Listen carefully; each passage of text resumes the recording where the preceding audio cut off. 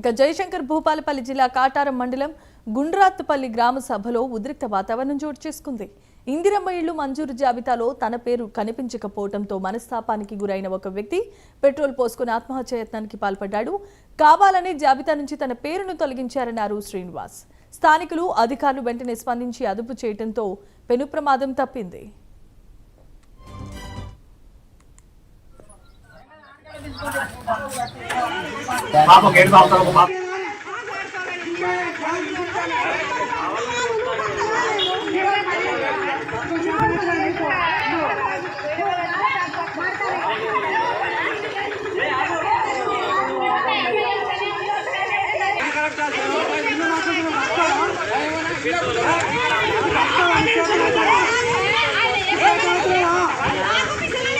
శ్రీనివాస్ గౌడ్, మాది గుండ్రాత్పల్లి గ్రామ పంచాయతీ.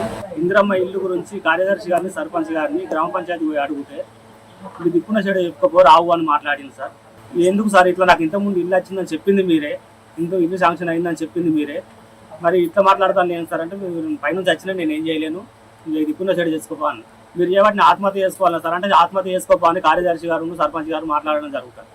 అదే ఆందోళన కిరోషన్ పోసుకొని చచ్చి ఇప్పుడు ఇద్దరు పిల్లలకు దూరం అయ్యింది సార్.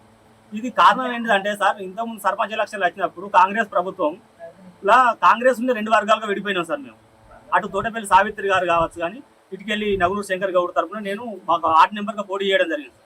ఆ కక్షపూరితంగా వాళ్ళు గెలిచినాక నాకు వచ్చిన ఇల్లును వాళ్ళు రాకుండా చేసింది సార్.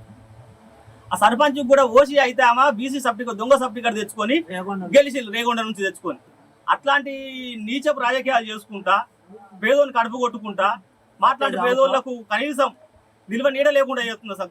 ప్రభుత్వం ప్రవేశపెట్టే పథకాలు ఏవి చేరకుండా చేస్తుంది సార్. మాట్లాడుతూ వాళ్ళతో తిరిగిన వారికే ఇల్లు పెట్టిస్తున్నారు, వాళ్ళతో తిరిగిన వారికే పింఛన్లు పెట్టిస్తున్నారు. ఇదేంది అంటే నీ ఇష్టం అయితే